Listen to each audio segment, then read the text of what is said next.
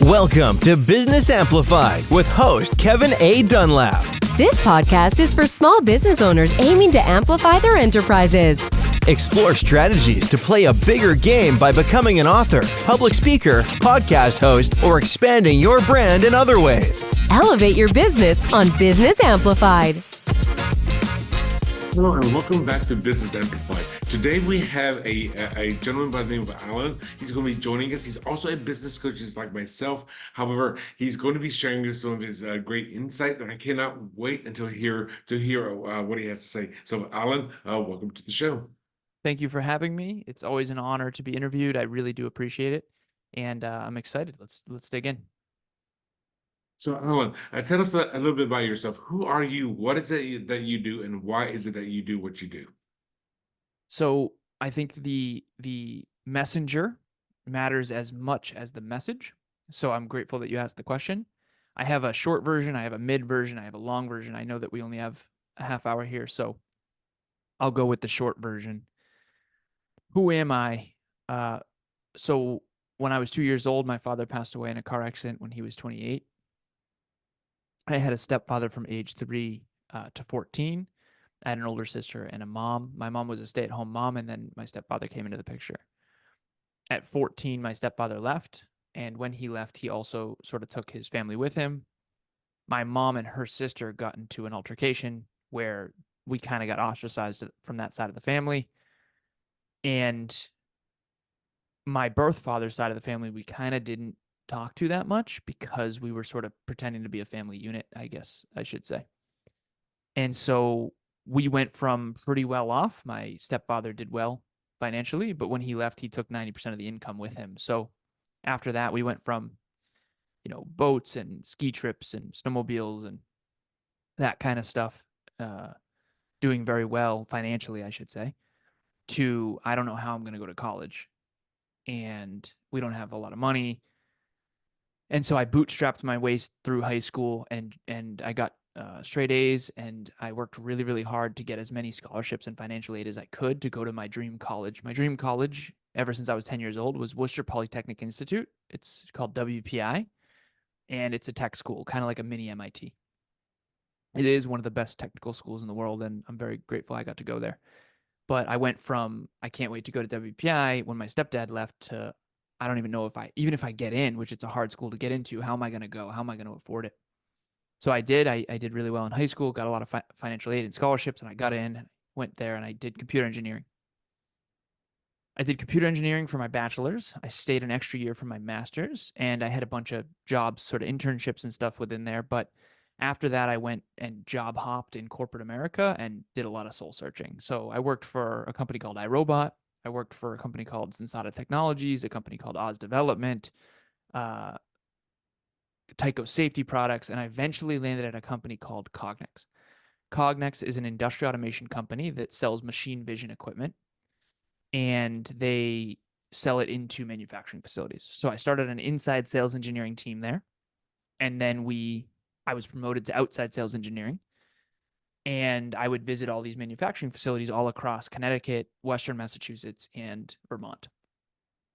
And that's when I was in my early 20s, paid off 84 grand worth of debt in a single year, had $150,000 in an investment account doing ETFs and index funds and that kind of thing. And I was just really starting my career.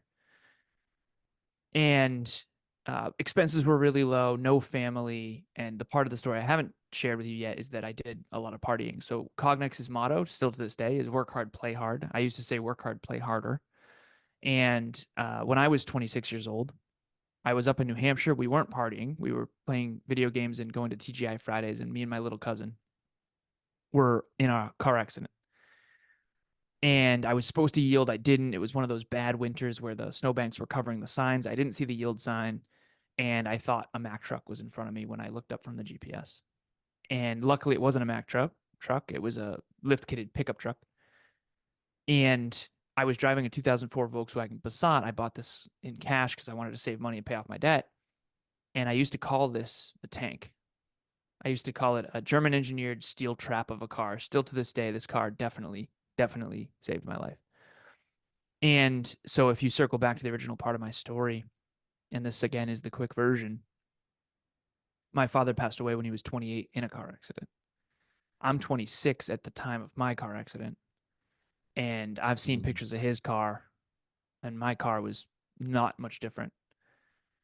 And so this physically, we were okay. He hurt his knee on the airbag. I hurt my face in the airbag. But mentally, emotionally, and spiritually, I was not okay at all. I was so messed up by that. I questioned everything. I was in tons of regret. I questioned who I was and what the point of life was. What was the point of all that? And, I had achieved all my quote unquote dreams. So now, again, I didn't understand any of this at the time, but that was 9 years ago. I often joke I'm hoping to hit puberty at 36. So I look very young, but I'm actually 35 now. And so 9 years ago, I was 26 years old, and that's when that happened. And I didn't understand this at the time, but I do now. I was very successful from the outside looking in, but I wasn't fulfilled from the inside out. And so the way that I try to describe it now is I'm not only successful, from the outside in, but now I'm actually fulfilled and successful from the inside out. And so I really flipped that script. I used to achieve at the expense of fulfillment and my core values and my character. Now I flip that script and I focus on my core values, my character, and my fulfillment in a hope that success will be a byproduct of that. And that has worked really, really well. And so we started a company. I had a podcast called Conversations Change Lives. My business partner, Kevin, had a podcast called the Hyperconscious Podcast. We teamed up. I was his first guest. He was my first guest. And then we started doing them together. And then we transformed that into what is now Next Level University, which is our podcast with 1,640 episodes as of earlier today. And we've got a 21-person team now and 21 departments. And now I do business coaching and leadership and all kinds of stuff like that. But at the end of the day, I had to go from, struggling when my father passed away to struggling when my stepdad left to struggling through corporate and college and all that, and then sort of struggling in the entrepreneurial world as well. And so I'm very grateful to say that it has worked out very nicely for me, but it's been nothing short of a struggle. And I think that's the lesson in life is climbing mountains is always going to be a struggle. And if you can get through that adversity and grow from it, get stronger and smarter, you're going to be better off. So it sounds like you have a never give up attitude. Where can you explain a little bit more about this? Like you said, you had to struggle as a kid, you had to struggle as a teenager, you had to struggle in your 20s. How did what was your motivating factor to have you keep going forward and forward? Yeah, I appreciate the question.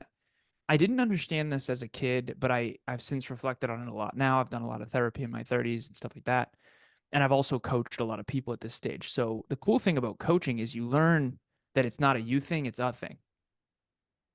And when I've coached so many different people from so many different countries and so many different backgrounds, you realize, oh, okay, there's certain archetypes. And one of my archetypes is the never give up. Why did I not give up when I had so much adversity? And I asked my therapist once, like, where am I on the spectrum of adversity? And she said, the highest I've ever seen. And that goes into other stuff that I won't talk about on a public forum. But how did I do it? The real answer underneath that is self-belief. But I didn't know that at the time. Kids that have a lot of self-belief, they don't know that they do. I've always had a lot of self-belief. There's two types of self-belief, and in the psychology, the literature calls it self-efficacy. So the first type of self-belief is I believe in my own ability to do the behavior, to do the work. The second type is the rarer type. And that's I know what work to do. That's the strategy piece. That's the I can reverse engineer the outcome that I want. And I'm certain that I have the right recipe, so to speak. And so a lot of people don't have a lot of self-belief, but they don't know that they don't, especially because we live in a world where everyone acts like they do. Because to answer your original question, I would have all these dreams and these goals, and I would always do them eventually, almost always, unless I decided in advance not to do them. And then people that I thought believed in me, they'd be like, oh my God, you did it. And I could tell, oh, you didn't believe that I was going to do this. Oh, a lot of people talk about goals and dreams without intending to actually do it. And my business partner, Kevin, has really helped me understand this because he didn't have a lot of self-belief. And a lot of people that don't have a lot of self-belief are acting like they do because they're insecure. And some people who do have high self-belief, one of the notable examples is like a Will Smith. Will Smith, whether you like him or not, he says, why would I ever be realistic? For people like me, it's like, oh, it makes perfect sense. Shoot for the moon, land amongst the stars, aim for the top. Why wouldn't you try? The alternative is too painful anyway. For someone without self-belief, it sounds insane. It sounds delusional. And so the answer of why I never gave up, it comes down to one simple thing, and that's self-belief. And my sister, who went through as much, if not more adversity than I did, she lost her father when she was 6 in that car accident. She lost her stepdad when she was 14. And that's not even the half of it. But she went down a different path that wasn't as future oriented, and it wasn't as aspirational. And so I think my goals and dreams saved my life, but those goals and dreams came as a byproduct of self-belief. Oh, okay. It's good. Like you said, there's a lot of people that are going as they're trying to build their businesses. They're going through a lot of self-doubt. They're going through a lot of struggles. They're going through a lot of other issues. And you're saying just to believe in yourself and then just take the action that you need to take your business to that next level. Am I hearing you correctly? So there's actually a way to build self-belief. Okay, please share. And so, yeah, absolutely. So some of us are doing this unconsciously. So we're building self-belief all the time. We just don't know it. The way to build self-belief is a formula we have a triad. The bottom left of the triad, the first step is state, the second is prove, and the third is self-assign.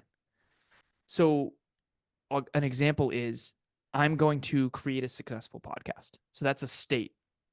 Okay. I'm stating that I'm going to do that. It's like premeditated. I'm deciding in advance to do something. Prove is I'm going to go do some episodes. And then when you get a successful podcast, which took me way longer than I thought, by the way, do you self-assign it and go, see, I said I could do it. It's a self-fulfilling prophecy of I say I'm going to do something, I do it, and then I self-assign it once I do it. What I've found is a lot of people aren't doing that. A lot of people are stumbling upon outcomes and they don't know how they created them. So they don't build self-belief. Okay. And that's a really dangerous game because you kind of can't figure out if you don't know what. So for example, if I sound arrogant to anyone out there listening, it's only because I have self-belief and you might not, and that's okay. Please don't villainize me. What I'm saying is, what if I decided to make chicken marsala and I'm certain I have the best recipe? I sound arrogant when in reality I just know how to do it. Whereas if you heard me talk about cars, I have no idea how to fix a car. I don't know anything about cars. See? I'm not arrogant there. I just don't know how to do it. Whereas in podcasting, we're 1,600 episodes in, we have 50 shows we produce. Like I know how to do it. So anything that sounds arrogant, sometimes it is. Sometimes people are just arrogant or overconfident, whatever you want to call it. But sometimes it really is just self-efficacy built over time. And someone who's given, thousands of podcasts and speeches and coaching sessions at this point, it might come off as super confident, but remember, this is my one narrow area that I've done thousands of times. Whereas I'm not confident at all in tennis. I don't play tennis, so I'm not confident at all in tennis. And so we have to kind of understand that if we want to build self-belief, number one, there's global self-belief and then there's narrow self-belief. And self-belief is nothing more or less than I believe I can figure it out and achieve what I decide I want. And you can't do that without work ethic, self-discipline, the ability to reverse engineer the finish line and actually do strategy. And for those of you who struggle with the strategy piece, you can hire a coach that can help you build self-belief. Because one of my clients, her name's Bianca, she has way higher self-belief with me in her corner because she knows she can do the behaviors because she has high self-discipline, but she doesn't know what behaviors to do. Okay. Well, I mean, one of the things that there is that big difference between arrogance and self-confidence. Yeah. So, and you're saying self-belief, but also one of the things I would say would be self-confidence. And if you are good at what you do and you know that you're good at what you do, it does not mean that you have to be arrogant.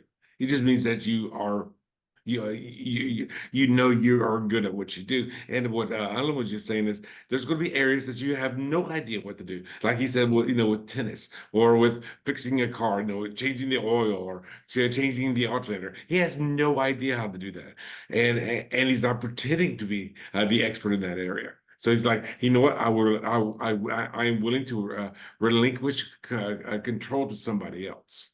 Yes. And I would go to when my car breaks down, I bring it to a mechanic because that's where they have high self-efficacy.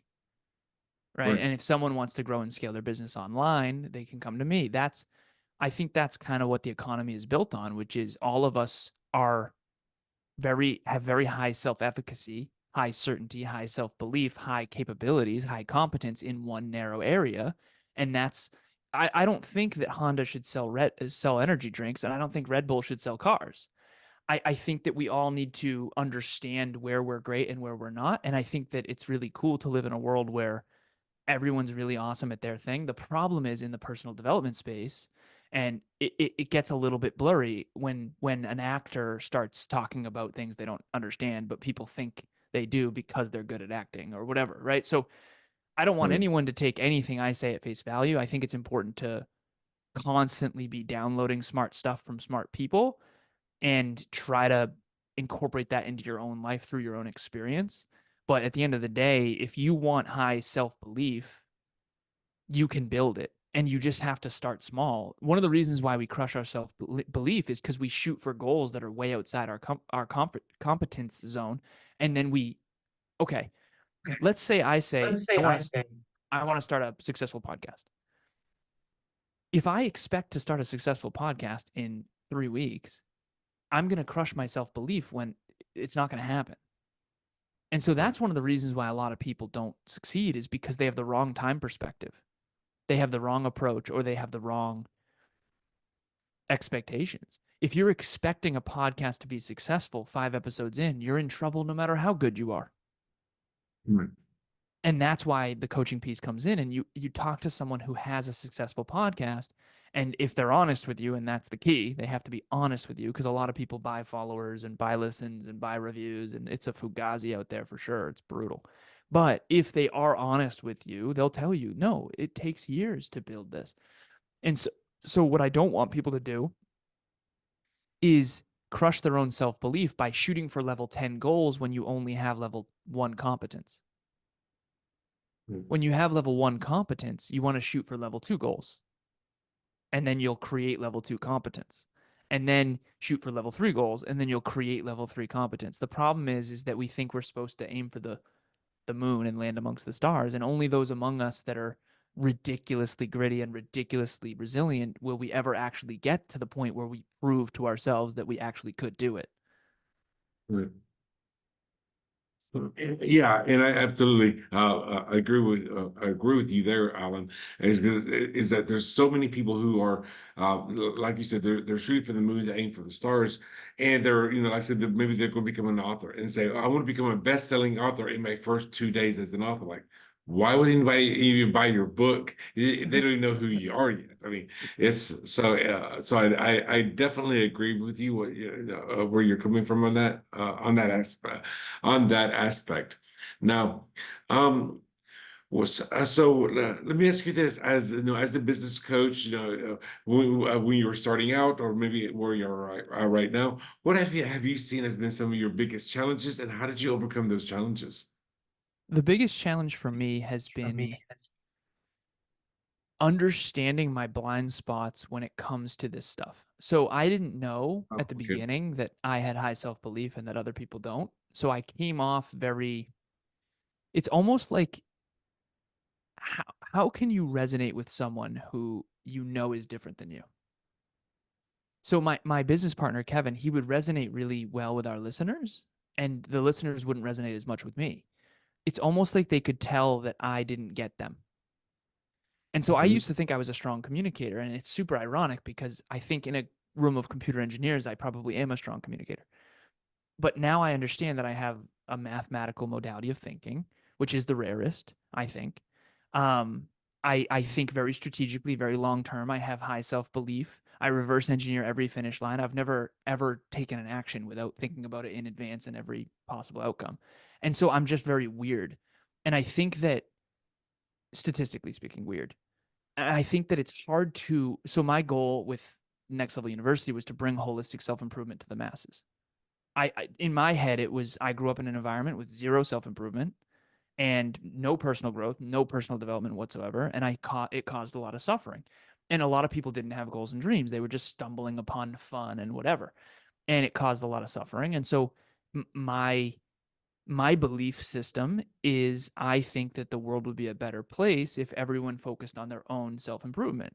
Let each of us sweep our own porch, and the whole world will be clean, kind of thing.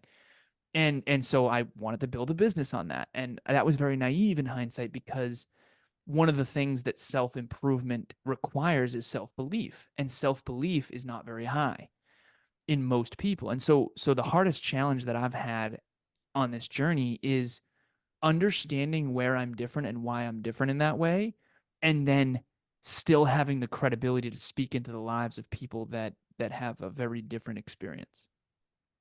Well, and I know, because I currently live in Raleigh, North Carolina. When I lived on the West Coast, personal growth, personal development was something actually that people sought out. Yeah. On the East Coast, maybe not so much. Yeah, And yeah. I'm on the and East I Coast as well, so I see you. Yeah. I'm in Massachusetts, so. Okay. But when I lived in Las Vegas, I started taking a lot, and back in 2010, I started taking a lot of personal growth and personal development courses. Nice. And all of that is focused like, hey, I can be better. I can be better for for myself, as well as for my community. One of the things I wrote about in my second book is that a lot of people are of the concept of, if I have this, then I'll do this, then I will finally be happy. Have do be. They come from the have do be personality. However, once you start getting into personal growth and personal development, it's actually, you realize that is in the wrong order. It's more of a, I need to be this first, then I'll do the action that it takes, and then I will actually have what I wanted to have. Mm-hmm. And it's like, so I have to, so it comes from the concept of be, do, have, which is Yeah. counterproductive of how a lot of people in the rest of the world thinks. So, and I see that you agree with me, because for those of you that are not watching the video, I'm shaking the head with Yeah. vigorously yes.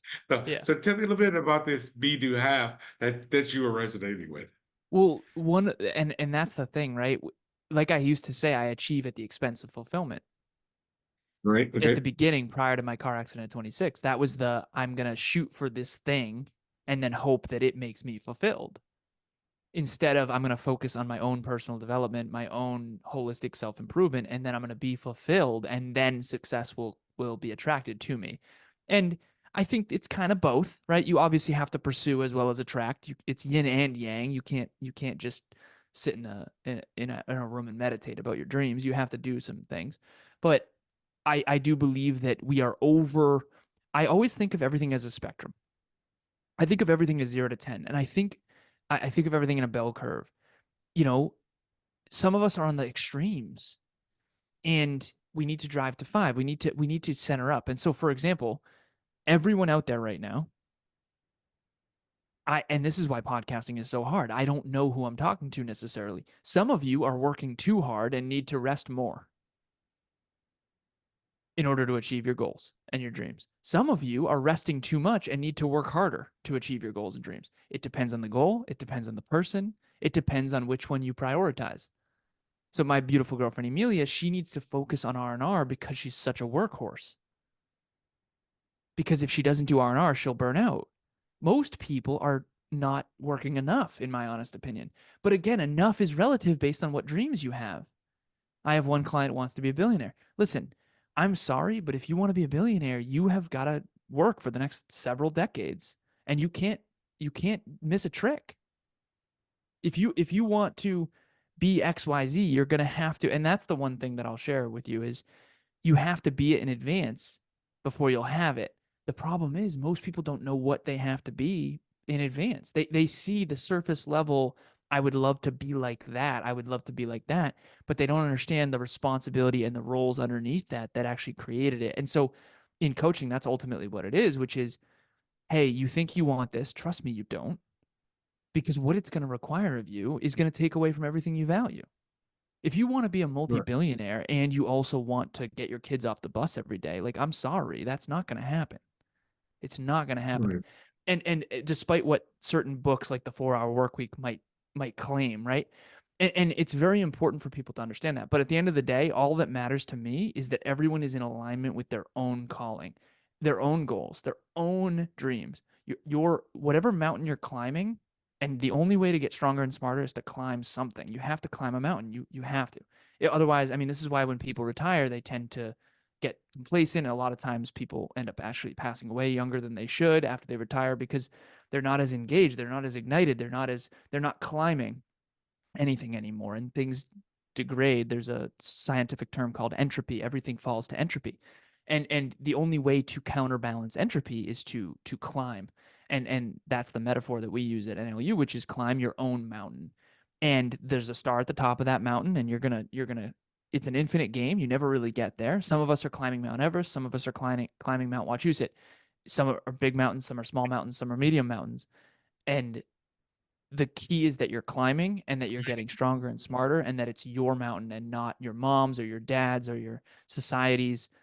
Climb your own mountain, your own career, in alignment with who you aspire to be and what you really want. And I think that's kind of the through line of all of my work is don't let me tell you what you should shoot for, but if you're going to shoot for this, trust me, this and this is going to be required. Well, and as you were just alluding to, well, depending what your goals and desires are, there are going to be sacrifices along the way. Yeah, if you want Always. to be a multi-billionaire, yeah, that could be achievable, but you do have to give sacrifices in other places. You can't be, I want to make my kids breakfast every morning. I want to pick them up at 3 o'clock every afternoon. I want to spend 4 to 5 o'clock, taking them to the gym or whatever extra curricular activities that they're doing. You have to give sacrifices. I mean, even look at it, say Elon Musk. He went from poverty to whatever he was, but he had a lot of sacrifice. Same thing with Sir Richard Branson. He went through a lot of struggles getting to where he was today. Yes. If you ever read Losing My Virginity, Sir Richard Branson actually started off as a pauper. He grew up poor. But the Yeah. thing is, and for him, if you ever read the book, is that he had to give up. He had a lot of sacrifices along the way. So yes, yeah, you have to do something that is in alignment to what you want in your personal life as well as in your business life. 100%. And I actually just wrote a blog called How to Create and Sustain Success. It's on my LinkedIn, and it has what we call the 5 S's of success. So the first one is sacrifice, to your point. Right? The second one is struggle. The third is suffer. The fourth is success. And then you're not done. The fifth is sustain. Mm, I, okay. I I love using a house as an example. My beautiful girlfriend and I have this wonderful condo, but we also have a mortgage, right? So we got the success, and now we have to sustain it through the good times and the bad in order to keep that success. Success is not a destination you arrive at.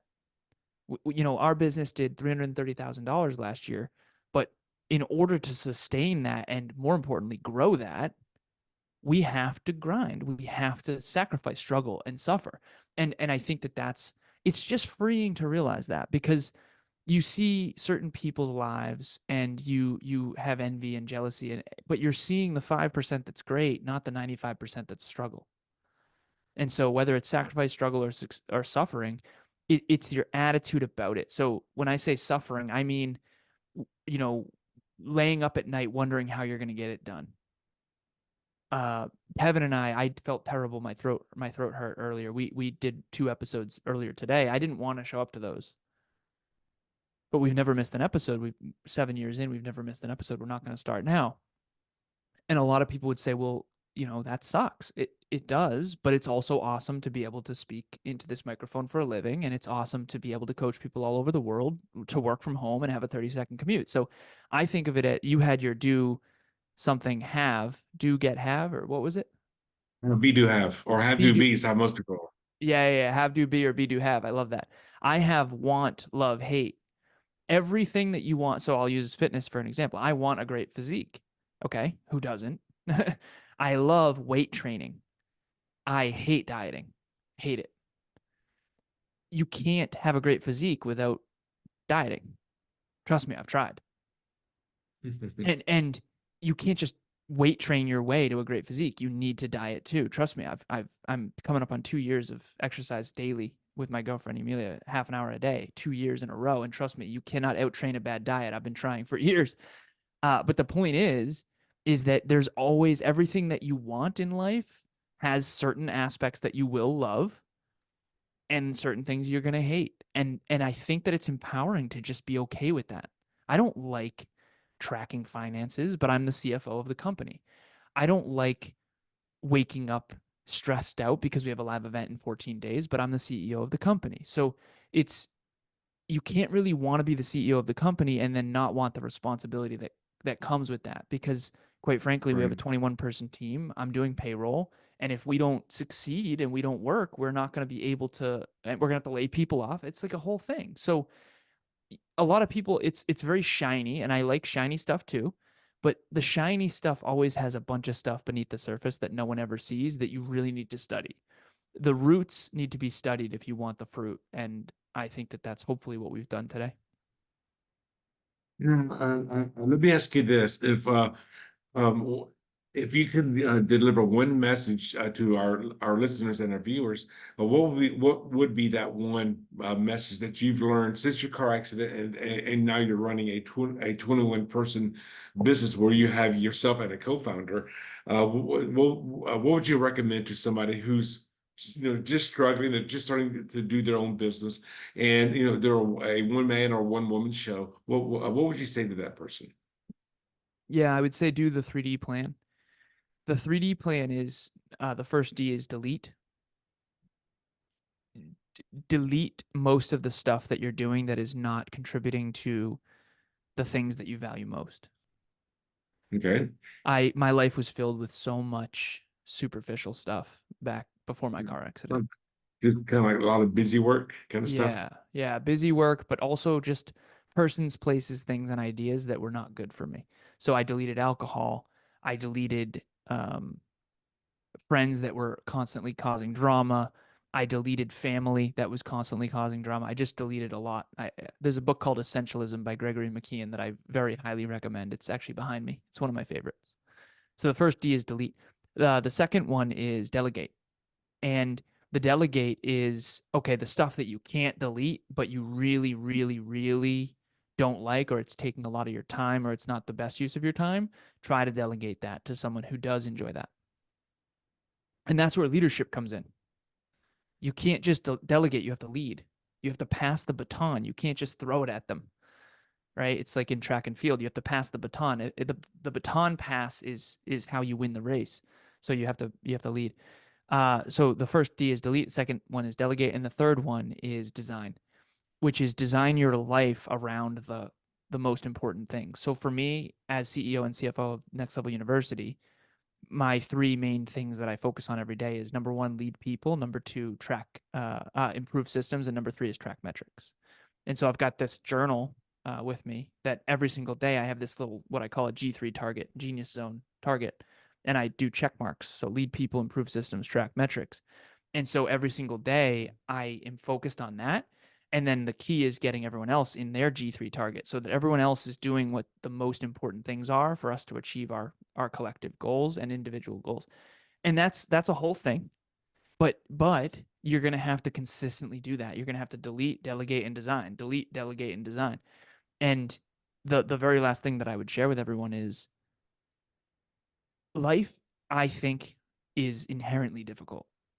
It always has been for me. It always will be. I think that I think that sometimes people have this misbelief that life is supposed to be easy, and I think it's inaccurate. I do, and every time life's not easy, they think something's wrong.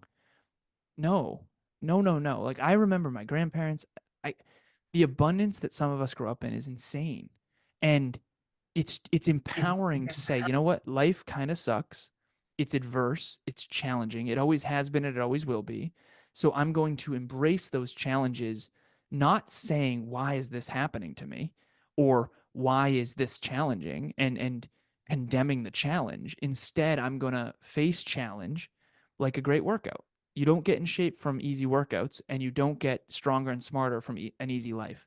And so choose the mountain that you want to climb, and understand that adversity is a part of life, and it's a necessary part of life, one that you can be proud of later. No one wants to watch a movie where the beginning is an award ceremony and then there's a bigger award ceremony at the end and there's no struggle whatsoever in between. The reason why we don't want to watch that movie is because it's boring. Life is meaningful and magnificent when you're climbing toward meaningful goals that are aligned with who you aspire to be through massive adversity and challenge. I think adversity and challenge is what makes life super meaningful, and if you can really hold that in your heart as you climb, I think you'll be much better off. Even though, yeah, sometimes it sucks, and you have to say, yeah, this sucks, but that's okay because it's going to be worth it. It's going to be worth it. Well, like what Alan was saying right there is sometimes those biggest challenges, if you just reframe them as being your biggest opportunities, because that's where you're going to be learning from. That's where you're going to be growing from. Are those big challenges? I want to share with some of our listeners, like one of the biggest challenges that I had. I was 18, 19 years old. I joined the United States Navy to go into the nuclear power program. And then while I was in my boot camp and then in my A school, I actually got kicked out of the nuclear power program on the day I graduated at my A school. The whole reason that I joined the Navy to begin was to go to the nuclear power program, and I got kicked out. And to me, it's like, what am I going to do for the next 3.5 years? And my whole life just changed from there. However, because of that, after like 2 or 3 months of waiting, I got stationed overseas in Japan. At that time in the 80s, the nuclear powered ships were not allowed to be in foreign countries. They could not be home ported in foreign countries. However, because I was not in the nuclear power program, I got stationed in Japan and I saw 14 countries, and that completely changed my life. So that Nice. big negative opportunity or biggest challenge became probably one of the most the biggest opportunities in my life. So for those of you who are struggling, and you're having these challenges and these issues, and let's even go back even to what Alan shared earlier. He had that car accident. And he may say that car accident was probably one of the worst things that happened in his life because he was comparing it to his dad. However, that car accident was actually the catalyst to something successful, so something great. So Yeah. whatever challenges that you're going through, do a reframe, and how can that challenge become one of your greatest assets? And I see Alan shaking his head yes again, vigorously almost, that he agrees with me. Is that correct? Yeah, absolutely. Your adversity becomes your advantage if you learn from it and become stronger from it. You can create a bigger, better, brighter future from every adversity if you choose an empowering meaning and take an empowering action. The problem is when we don't believe in ourselves, we get stuck because we don't change, we don't transform. Adversity can either transform you or keep you stuck. And it's going to be self-belief that makes the difference. And it's going to be Yeah. your own empowering attitude about that adversity that's going to change the game.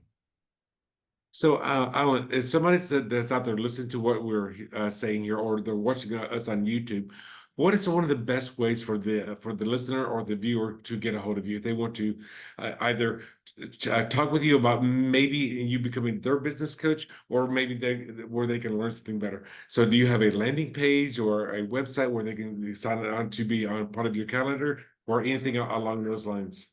So if you are obsessed like I am with holistic self-improvement, health, wealth, life, and love, then Next Level University, spelled just like it sounds, is a podcast on all the platforms. You can check us out there. We do holistic self-improvement in your pocket from anywhere on the planet, completely free every single day.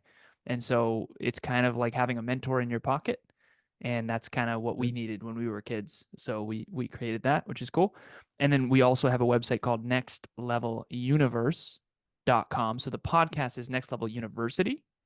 The website is Next Level Universe, which encapsulates everything next level. And the reason we did that is not because it's a cool pun on words, although it is. It's because the person who has nextleveluniversity.com is asking for way too much money. And so if you are a business owner who does want to grow, scale, and monetize your business in the 21st century, I'm your guy. I grew up with computers. I built my first computer when I was 13. I understand how to grow and scale a brand and market it online and sell online, particularly online. A lot of companies out there are struggling right now because 21st century is mostly online, especially after COVID. And so if you're struggling to grow and scale your business online, I've got you. I have an entirely virtual team. We don't have a headquarters. We don't have a building that we all go to, and yet we still all harmonize our goals and dreams in the same direction. And that can be really hard for older business leaders. So if you want help with that, reach out, Alan at nextleveluniverse.com. Next Level University is the podcast, and nextleveluniverse.com. Again, universe, not university, is the website. Okay, well, definitely, Alan, thank you for sharing that with us. And so, again, for those of you who are looking to join on the podcast, again, just do a Google search for Next Level University. However, if you want to get a hold of Alan, go to nextleveluniverse.com. Thank you, Kevin. I really appreciate it. Thank you. This has been wonderful. This has been a breath of fresh air. And yeah, thanks again for having me. Great conversation. Well, thanks. Thank you for being here. And for those of you who are out there who are actually, maybe you're the expert in your own field, or maybe you know somebody who could be a possibly on our show, just go to businessamplified.net/pre-interview. Again, that's businessamplified.net/pre-interview for our 15-minute conversation where we can decide if you're going to be a great guest or not. So again, Alan, thank you for being on the show today. It's been a great pleasure hearing what you had to say. Thank you so much, Kevin. I appreciate it. Like I said, it's been an honor. And for everyone out there, I hope you all continue to create a bigger, better, brighter future for yourself, because that's how the world's going to change. Well, and guys, and thank you for joining us today. And until next time, be amazing.